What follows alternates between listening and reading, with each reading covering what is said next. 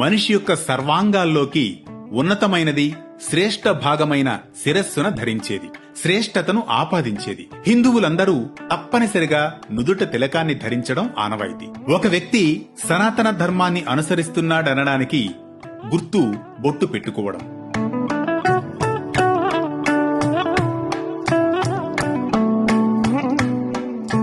భగవంతుణ్ణి నమ్ముతున్నాడనేందుకు కూడా ఈ బొట్టే నిదర్శనం. అందుకే ఆలయాల్లోకి ప్రవేశిస్తున్నప్పుడు తిలకధారణ తప్పనిసరి.